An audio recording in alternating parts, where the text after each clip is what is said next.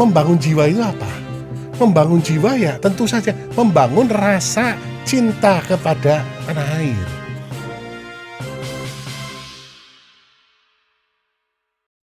Oke, salam sehat teman-teman semua. Salam merdeka. Kita baru saja merayakan 76 tahun Indonesia merdeka, dan hari ini kita berada di seri yang kedua, episode yang kedua, Perspektif Haristurino. Jadi kita hari ini masih bersama dengan sahabat saya juga, guru saya juga, dan juga pemilik tuan rumah dari Perspektif Haristurino. Mas Haris, sehat kabarnya? Alhamdulillah sehat. Senang ketemu lagi. Dan teman-teman, kita akan melakukan diskusi pada hari ini. Dan kita izin untuk membuka masker terlebih dahulu sebagai awalan, karena kita sudah memastikan protokol kesehatan sudah berjalan dengan baik dan seluruh tim produksi juga sudah mematuhi seluruh anjuran pemerintah untuk tetap menjaga protokol kesehatan. Monggo, Mas Aris. Memang kita rindu kesegaran udara. Itulah. Jadi kemarin kita udah episode yang pertama, sudah selesai. Rasanya gimana Mas dengar episode yang pertama kemarin? Ya, rasanya oke ya. Mendapatkan banyak masukan dari rekan-rekan dan semoga kedepannya akan jauh lebih baik lah. Iya. Dan pastinya teman-teman semua, Mas Aris juga tetap mengundang semua masukan, kritik, opini atau apapun, monggo jangan lupa juga untuk silaturahmi di sosial media kita, di Perspektif Haristurino, dan juga di akun media sosial Mas Haris lainnya. Dan kemarin dapat bocoran nih Mas, habis kunjungan kerja katanya ke Jawa Tengah nih. Nah, itu ada cerita apa di Tegal nih? Jadi itu bukan kunjungan kerja Mas Angga ya, karena tapi ada yang dikerjain dong Mas di sana. Ada yang dikerjakan tentu saja, tapi bukan kunjungan kerja karena paling tidak sampai saat ini saya bukan siapa-siapa, dalam arti bukan pejabat ya. Cuman kembali ke Tegal ya, karena memang saya ketemu dengan beberapa rekan, beberapa tim sukses yang dulu membantu saya waktu di perjuangan kampanye tahun 2019. Ya, di samping itu tentu saja saya sendiri asalnya dari Tegal Mas Angga. Itu rumah sebetulnya. Rumah ya, rumah saya 7 turunan itu sudah lahir di kota Tegal. Sehingga kalau lama ndak kembali ke sana pasti kangen. Dan yang menarik adalah walaupun kalah ya di dalam kampanye kemarin, saya tetap menjalin hubungan baik ya dengan jejaring yang kita miliki, kita sudah bangun ya di Tegal. Istilahnya adalah ya pas seduluran salawase lah. Kalau kita nih teman-teman cuma taunya warung Tegal doang. Sebenarnya banyak nggak sih Mas warung Tegal tuh di Tegal itu sendiri? Ya namanya bukan warung Tegal. Kalau kita lihat sejarahnya itu menarik Mas Angga. Warung Tegal ya. Dari mana? Gitu, iya kan? Karena kan di kota besar semua tuh orang ngomong warteg gitu. Dan kenapa Tegal? Iya kan? Ini orang bisa, kalau kita telusuri ke belakang ya. Yang pertama konsepnya adalah orang yang mau makan ya, customer duduk mengelilingi satu meja ya. Biasanya bentuknya adalah segi 4 ya, di mana penjualnya ada di tengah. Oke. Ya, sampai-sampai katanya Steve Jobs saja terinspirasi ya, touchscreen itu dari Tegal kan. Itu ya. Nah, itu dari mana ya? Konsepnya persis seperti sushi bar di Jepang. Ya kan? Di mana yang melayani di tengah, pelanggannya di pinggir. Apakah warteg ini belajar dari sushi bar? Atau sebaliknya, ya kan? Kita belajar dari sushi bar zaman kuno dulu. Itu satu hal. Yang kedua adalah kok bisa sih Tegal sedemikian terkenal dengan wartegnya? Itu mirip franchise jaringan waralaba Amerika loh itu. Ini se-Indonesia ya. ada loh. Zaman dulu ya ketika akan menyerbu ke Batavia ya, memerdekakan Indonesia saat itu walaupun gagal ya. Tentu di tengah jalan harus dibangun pusat-pusat logistik. Dan kebetulan Tegal kebagian logistik makanan. Sehingga apakah kemudian ya mendarah daging ya biasa menyediakan makanan dalam jumlah besar. Sehingga kemudian setelah selesai itu semua munculnya adalah warung-warung Tegal. Itu yang enggak tahu. Catatan sejarahnya enggak ada tentang itu. Tapi itu satu budaya yang otentik ya Mas sebetulnya warteg itu. Dan teman-teman muda, teman-teman yang sekarang kayak Mas sekarang dulu pasti udah punya kenangan sendiri, pasti pernah minimal sekali mampir lah ke warung Tegal. Oh ya, enggak sekali Mas Angga. Setiap pulang ke Tegal saya mampir di satu rumah makan, katakan namanya Pian ya. Pian itu apa? Pusat informasi Anda katanya. Padahal itu adalah nama pemiliknya zaman dulu. Oke. Ya, dan yang menarik adalah pendirinya Pian itu adalah sangat-sangat mengagumi Presiden Soekarno. Pernah mampir nggak Bung Karno ke warung Pian itu? Saya tidak tahu apakah pernah mampir atau tidak ya. Tetapi dia berani memajang foto Bung Karno beserta keluarganya di zaman Soeharto, bayangin. Nggak takut izinnya dicabut ya? Iya, bolak-balik dipanggil sama aparat. Ya. Itu kemudian ada Raswi ya. Menunya sangat simpel tapi ngangeni memang Mas Angga. Oke. Itulah Tegal. Oke. Ya. Jadi sempat ngapain aja Mas di Tegal? Soalnya kan mungkin kangen ya, karena kemarin kita sempat nggak boleh kemana-mana dan akhirnya ada sedikit ruang untuk kita bergerak. Akhirnya sempat ngapain aja Mas di Tegal? Ya, saya hanya ketemu dengan beberapa rekan ya jaringan kita banyak bicara tentang apa yang kira-kira ke depannya. Sekalian tentu saja saya nganterin anak saya, Mas Angga. Anak saya kan mau berangkat ke Amerika untuk studi, dia kepengen pamitan dengan omanya, sekaligus pamitan dengan encusnya. Encusnya itu adalah orang yang menjadi suster di keluarga kami ya, 9 tahun sejak dia lahir sampai usia 9 tahun. Tentu jaringan hubungan batin yang luar biasa ya. Itu ya kangen, dia pengen pamitan sebelum dia berangkat untuk studi. Kira-kira itu Mas Angga. Waduh, itu juga satu nilai yang luar biasa ya. Ternyata walaupun udah lama, mungkin sekarang udah lama nggak ketemu sama perawatnya ya sebetulnya ya. Sudah lama tidak ketemu. Sampai sebelum ketemu saya ingatkan anak saya, ya, Dek, ini kan masa pandemi, ya kan. Ntar ketemu encus, jangan pelukan dan jangan nangis. Ya kan, kenyataannya ya enggak tahan ya. Ternyata ketika ketemu mereka berpelukan nangis, saya sendiri sampai ikutan menitiskan air mata ya. Karena apa? Rasionalitas ya kadang-kadang kalah oleh humanitas. Ya, itu luar biasa sekali, itu hubungan batin yang tercipta. Dan saya melihat satu keindahan yang luar biasa di sana, yaitu ketika orang tidak lagi terkungkung oleh primordialisme dan segala macam. Itu dunia kan indah, Mas Angga. Ya, itulah juga sebetulnya budaya yang kita juga harus banggakan ya. Sebetulnya kita punya rasa humanisme yang tinggi sebetulnya. Yes. Dan ternyata hubungan bos dengan perawatnya pun itu nggak membatasi gitu. Iya, saya perlakukan mereka seperti keluarga. Karena apa ya, memang dia menjaga anak saya. Kalau kita perlakukan mereka seperti keluarga, mereka akan menyayangi anak-anak saya juga seperti keluarga.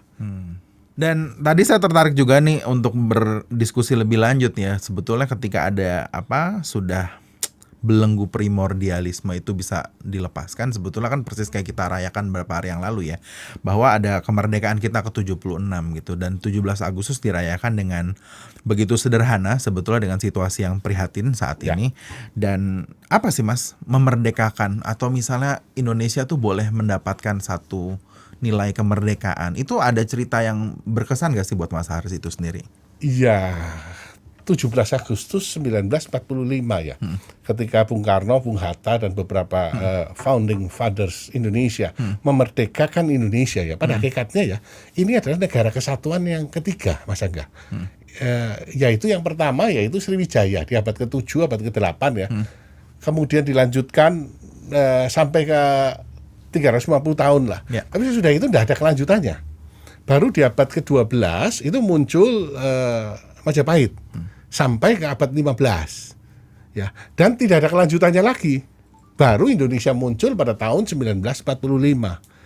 Jadi karena masing-masing tidak ada kelanjutannya seperti sendiri-sendiri, maka ketika Indonesia merdeka, para pendiri menyadari bahwa ini bukan kelanjutan dari negara kesatuan sebelumnya. Ini sebuah awal yang baru. Ini sebuah awal yang baru, semangat untuk membangun Indonesia yang baru.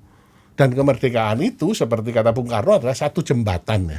Jembatan untuk mencapai tujuan tentu saja. Jadi bukan sekedar merdeka terus selesai.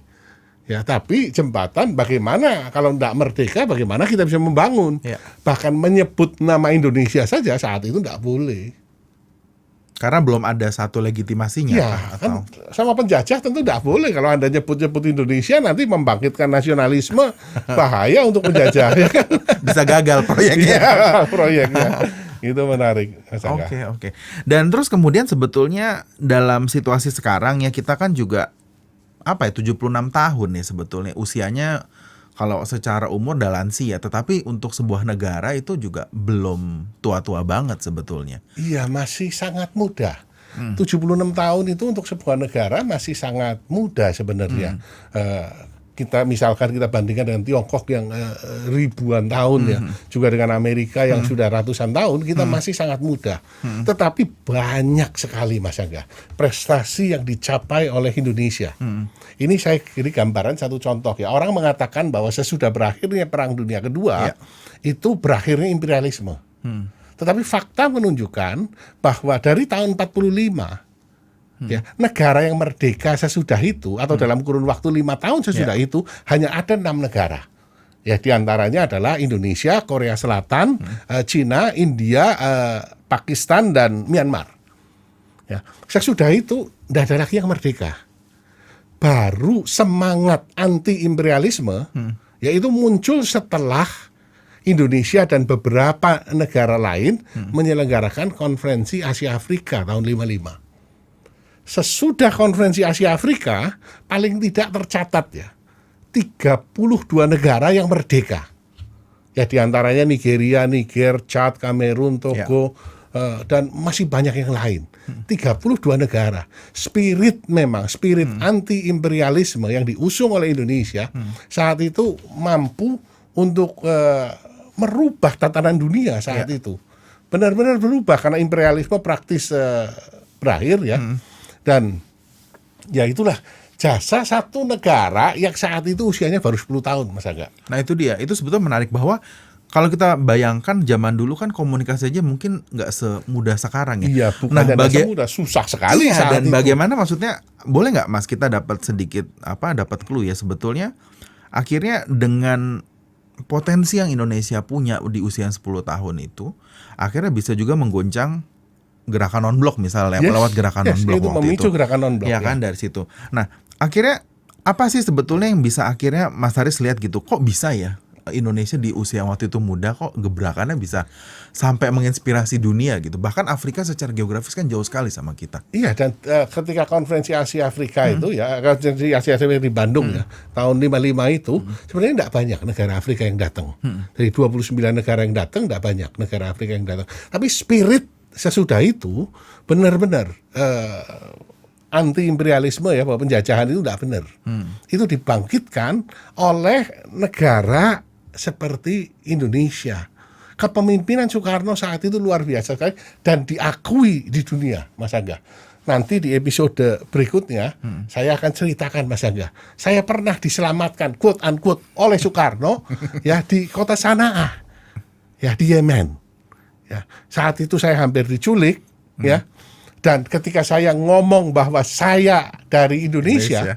Ya, semua mengembalikan barang-barang yang sudah diambil, dan orang-orang itu dengan bahasa yang saya tidak mengerti mereka teriak Soekarno, Soekarno, hampir kencing di celana saat itu saya juga bingung kok bisa. Makanya saya pernah membuat satu video ya, yang saya katakan diselamatkan oleh Bung Karno di Sanaa di Yaman. Nanti kita simak ya. Saya juga baru tahu nih teman-teman, Mas Haris pernah hampir diculik. Kalau ceritanya saya hampir dirampok di Metro Mini sampai hari ini saya agak trauma. Apalagi kalau misalnya dicerita di negara lain. Dan juga sebetulnya kalau saya mau berpindah ya Mas ya, sebetulnya Indonesia kan di 76 tahun ini kan sebetulnya sudah di posisinya sebenarnya cukup baik gitu, bahwa kita udah di 10 besar dunia. Tepatnya kalau Mas Haris sempat cerita ke saya sekarang di nomor 7 bahkan. Di nomor 7 dunia ya kita. Arahnya ke nomor 7 pada 2030 ya. Nah, terus juga dengan situasi kita saat ini sedang banyak situasi yang kurang enak dan pandemi gitu. Kita juga sebetulnya punya beban yang nggak sedikit gitu. Dan kemarin di 16 Agustus kan juga secara resmi kan pemerintah mengeluarkan juga tuh indikator-indikator ekonomi juga dalam rencana APBN kan. Ya. Nah, banyak orang merasa pesimis lah dengan angka gitu. Masih berani ya dengan situasi yang tidak kondusif sekarang, pasang target pertumbuhan positifnya walaupun masih tetap 1 digit misalnya. Ya. Kira-kira Mas gimana melihatnya? Iya, saya melihat ya beberapa asumsi dasar dari APBN, RAPBN 2022 ya, seperti pertumbuhan ekonomi itu di kisaran 5 sampai 5,5%, inflasi di 3%, nilai tukar di 14.350 ya, dan beberapa data yang lain rasanya semua masuk akal, Mas Angga. Bisa dicapai di 2022 ya. Nggak ada sesuatu yang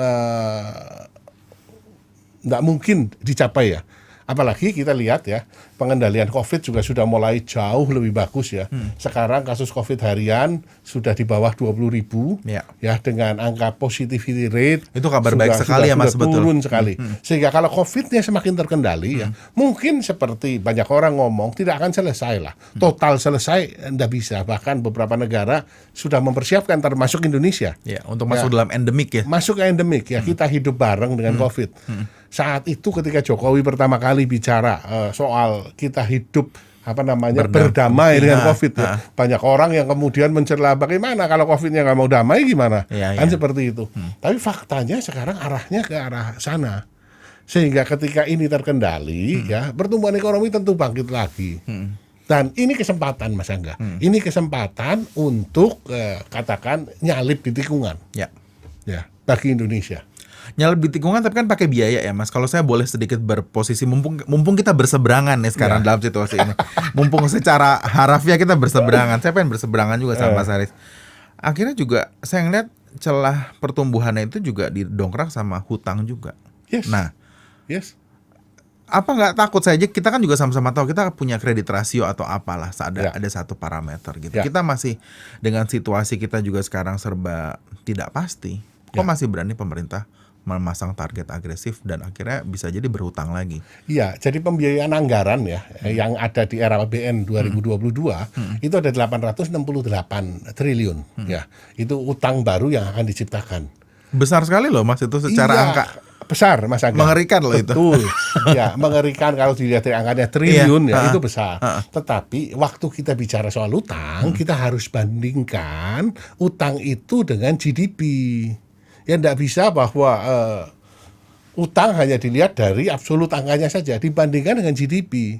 Dan untuk saat ini ada di 41,35%. Cukup sehat nggak menurut Mas Haris? Sehat. Sehat? Sehat sekali, ya. Karena batasannya ada di 60%. Oke. Ya, dan kalau Mas Aga ngomong utang, mana sih negara yang tidak berutang, Mas Aga? Semuanya berutang. Kita bandingin saja, Mas Aga ya. Ada loh yang percaya negara ada yang nggak ngutang loh, Mas. Mana kita lihat ya, katanya negara kaya ini ya. Saya punya datanya nih, Mas Aga. Gimana? Jepang utangnya 257% dari GDP. Jepang ya. 2,5 kali skala ekonominya Jepang. Oke. Ya, negara kecil tetangga Singapura 150%, Malaysia 62%, Filipina 54%. Sehingga dibandingkan negara-negara tetangga, kita itu bagus, hanya di 40%. Dan kalau Mas Angga lihat ya, total utang pemerintah saat ini kira-kira sekitar 6.500 triliun ini, ya hanya sekitar 32%-nya yang merupakan utang luar negeri. Sisanya adalah utang domestik. Berarti utang melalui kepada SBN domestik, utang kepada warga negaranya. Dan itu adalah hal yang wajar. Kita sendiri ya, kita lihat ya, orang sering ngomong bahwa nanti anak cucumu, saya sering dengar ya, nanti anak cucumu akan menanggung utang. Dari brojol udah punya utang katanya. Dari brojol sudah punya utang. Saya selalu ngomong yang seperti itu nggak usah didengerin, karena emang lu ditagih. Lu kan nggak pernah ditagih, nggak ada orang yang datang kemudian nagih utang, nggak ada. Selama utang itu digunakan untuk hal yang produktif. Dan jelas di Indonesia adalah digunakan untuk hal-hal yang sangat produktif, pembangunan, interkoneksi antar wilayah dan seterusnya. Loh kok maksa sih? Karena apa? Sudah terlalu lama kita tidak membangun infrastruktur darat, laut maupun berikutnya harusnya langit. Ini utang adalah satu fenomena yang menarik dan selalu bisa menjadi bahan sasaran tembak, Betul. cibiran. Betul. Tetapi kalau kita lihat dari angkanya, ini menarik lagi Mas Angga. Kalau kita bandingkan 2015 ya, utang luar negeri kita di 32%, ya, dibandingkan dengan 2015 itu 44,6%. Itu lebih gede 2015. Ya. Berarti sebetulnya juga kita ada progres lah, GDP kita juga terus secara simultan meningkat kan? Ya. Dan di kehidupan kita saja, ya, orang yang mencibir tentang utang itu, mereka motornya kredit juga kok Mas Angga. Ya berarti utang juga kan? Iya. Saya jadi ingat nih, ketika saya pertama kali kuliah, ya, ambil magister. Memang saat itu saya susah sekali memahami konsep utang. Ya, bayangan saya yang namanya utang itu miskin. Ya, karena miskin maka berutang. Ya. Sebagai insinyur elektro saat itu susah memahami bahwa utang akan meningkatkan aset. Dari mana wong tetangga saya yang bolak-balik utang itu hidupnya susah. Malah tegangan tinggi ya. Tegangan tinggi karena banyak utang. Tapi memang kalau kita lihat ya berikutnya, setelah saya memahami tentang konsep utang ini, ya, bahwa utang itu kayak misalkan nih, Mas Angga pergi ke bank, ya, Mas Angga ngomong, saya mau cari utangan dong 100 miliar, ya kan? Bank akan menanyakan mana kolateralnya. Belum tentu dikasih. Kalau saya ke bank, saya mau minta pinjaman 100 miliar, belum tentu dikasih. Tetapi para konglomerat kalau ke bank 100 miliar, ya langsung dikasih. Sehingga semakin besar satu negara, ya, kemampuan berutangnya juga meningkat. Dan ini digunakan memang untuk membangun selama digunakan untuk hal-hal yang produktif, Mas Angga. Dan kalau Mas Haris lihat bahwa sebetulnya kita mempergunakan hutang tersebut secara produktif ya? Yes. Di Indonesia di zaman kepemimpinan Pak Jokowi, kita kelihatan kok, nyata sekali. Ya, bahwa utang itu digunakan untuk hal-hal yang sangat produktif. Oke. Berarti teman-teman kita juga punya satu keyakinan juga bahwa dengan rezim yang sekarang, kalau saya boleh katakan demikian, pengelolaan keuangan kita sebetulnya dapat dipertanggungjawabkan dengan lebih baik, dengan satu pertanggungjawaban yang lebih bisa terukur, dan itu juga jadi harapan sebetulnya ya. Ketika satu pengelolaan fiskal kita, moneter kita baik, itu kita sebetulnya menyambut juga pembangunan yang lebih solid sebetulnya, Mas ya, kurang lebih begitu ya. Dan terus juga Mas, merdeka secara finansial Indonesia sebetulnya oke lah ya, kita bisa katakan kita oke dalam sisi keuangan. Kita sekarang pemerintah masih hadir juga dalam situasi yang sulit pun, bantuan-bantuan tetap masyarakat tetap jalan gitu, pergerakan ekonomi tetap jalan. Saya ngeliat di jalan pembangunan juga masih jalan. Kita boleh bersyukur lah dalam hal itu. Tapi kok nggak tercermin ya Mas ya, kalau saya boleh berseberangan lagi sama Mas Ari. Biar lanjut kerjaan saya nih teman-teman. Kayaknya pemerintah agak tipis kuping belakangan ini, saya lihatnya. Tidak cukup bisa memberikan ruang kemerdekaan teman-teman kita, para street artist misalnya.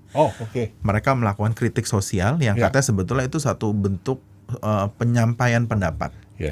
Sebetulnya itu hal yang wajar kan, di belahan dunia manapun banyak sekali.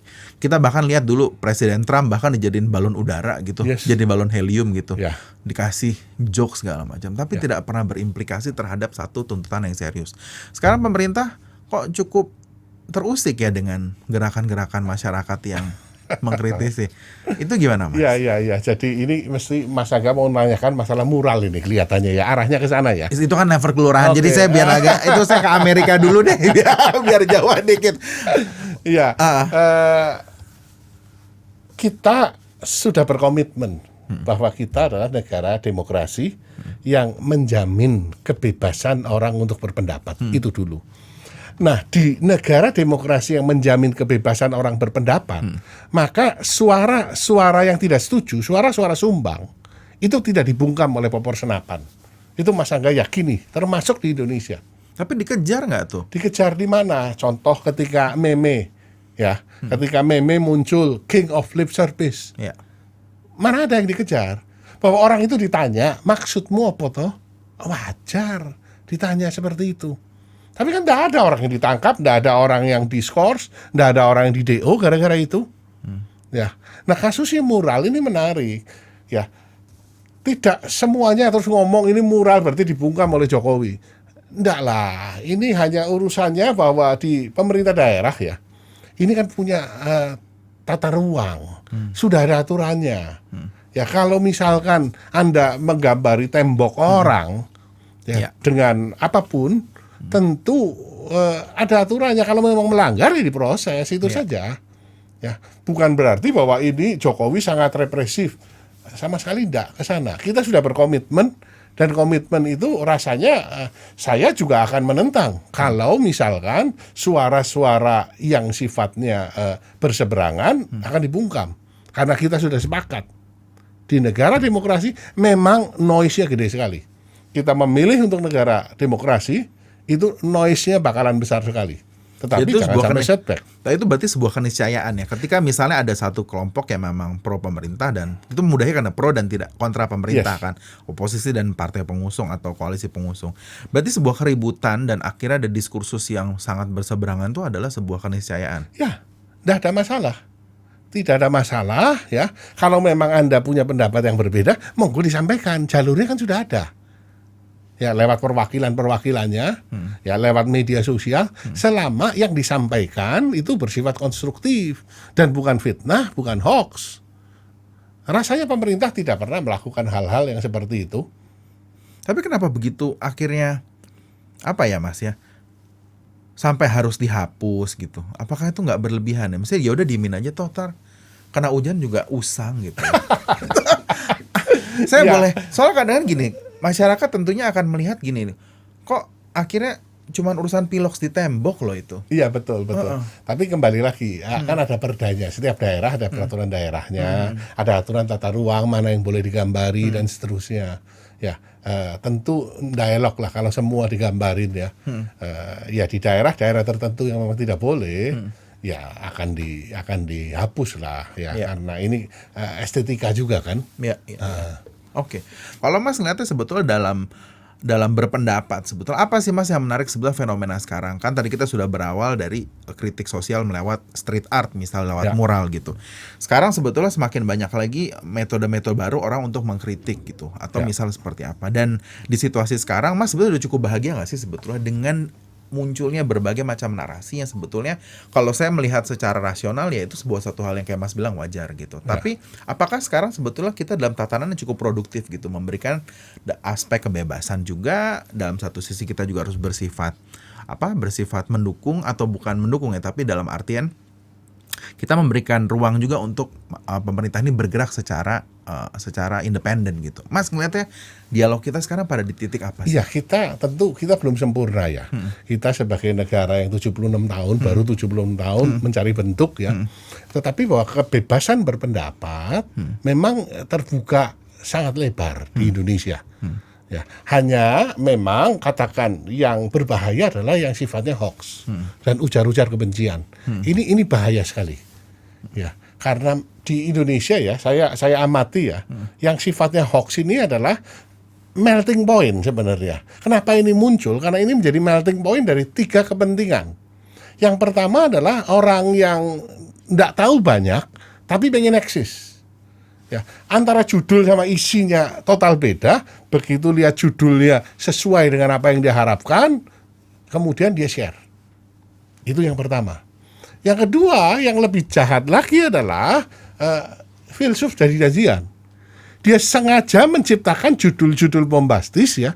Ini orang-orang akademis nih, orang-orang maksudnya punya pendidikan yang bagus, ya. Mereka menciptakan kebenaran yang sebenarnya bukan kebenaran, fitnah kiri dan kanan.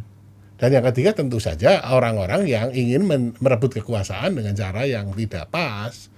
Sehingga melting point dari ketiganya ini dari sisi hoax memang perlu diatasi. Tapi di luar itu selama sifatnya kritik ya, rasanya pemerintah manapun juga perlu dikritik. Dan kalau ngomong Pak Jokowi kurang apa sih Pak Jokowi ya kan? Mulai dari antek Cina, mulai dari antek asing, anak PKI dan seterusnya.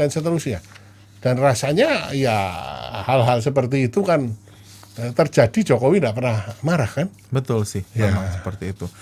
Mas Haris, tadi perspektif yang kita sudah banyak bahas adalah tadi secara tatanan sosial gitu, secara politik global, regional. Terus kita ngomong juga sisi kemerdekaan dari sisi ekonominya kita, terus kemerdekaan dalam kita berpendapat gitu. Kalau kita boleh berefleksi kembali ke diri saya misalnya, secara pribadi gitu sebagai masyarakat biasa, apa sih yang kita bisa lakukan gitu, kontribusi apa yang kita bisa berikan kepada negara kita gitu, bahwa apa sih yang bisa kita sumbangsihkan dari diri kita sendiri. Nggak usah kejauhan jadi presiden lah. Mungkin orang kadang-kadang suka, saya rasa ada keminter ya, kadang-kadang suka kadang-kadang kok ngeritik yang jauh-jauh gitu, padahal kita bisa mengkritik diri kita sendiri gitu, untuk kita bisa lebih memberikan potensi terbaik kita. Mas, ada sedikit ini nggak sih inspirasi untuk kita untuk hal Jadi ini? gini Mas Angga, supaya tidak jauh-jauh ya, kita belajar saja dari lagu Indonesia Raya. Ya seperti yang kemarin Ibu Megawati Soekarno Putri katakan, dari lagu Indonesia Raya itu ada bait yang bagus sekali. Bangunlah jiwanya, bangunlah badannya untuk Indonesia Raya. Nah, membangun jiwa itu apa? Membangun jiwa ya tentu saja membangun rasa cinta kepada tanah air. Ya, kita bisa belajar dari rekan-rekan Nahdlatul Ulama, yaitu hubul waton minal iman. Cinta tanah air adalah bagian dari iman. Membangun kepribadian yang Indonesia, itu bangun jiwanya. Dan bangun badannya tentu kita membangun kompetensi kita, sehingga kita bisa berkarya lebih bagus untuk Republik ini. Dari situ saja, simpel Mas Angga. Ternyata saya pikir akan jadi satu elaborasi yang panjang, tetapi itu karena kan kita menyanyikan lagu itu dari kita sekolah ya Mas ya. Ya. Minimal kita tahulah lagu itu Ya. sebagai itu. Pesannya luar biasa sekali sebenarnya. Cuman karena kita hanya hafal, nyanyikan begitu saja ya. Tapi pesannya itu luar biasa sekali, lagu Indonesia Raya itu. Luar biasa. Ya.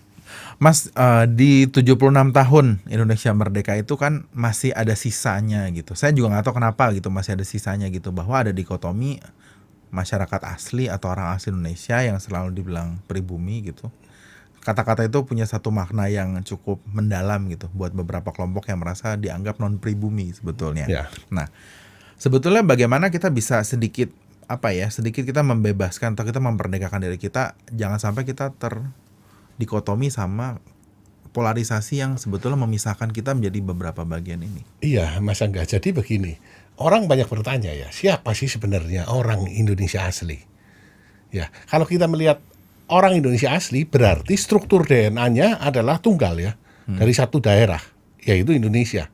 Nah, padahal hasil telusur DNA menunjukkan bahwa tidak ada satupun, sekali lagi tidak ada satupun orang yang memiliki DNA tunggal sehingga layak mengklaim dirinya sebagai orang Indonesia asli.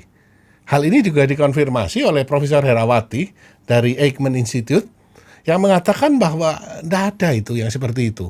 Ya, kemudian peneliti Pradipta Jati ya, seorang ahli genetika manusia, itu mengatakan bahwa orang pertama kali datang ke Indonesia itu gelombangnya dari Afrika.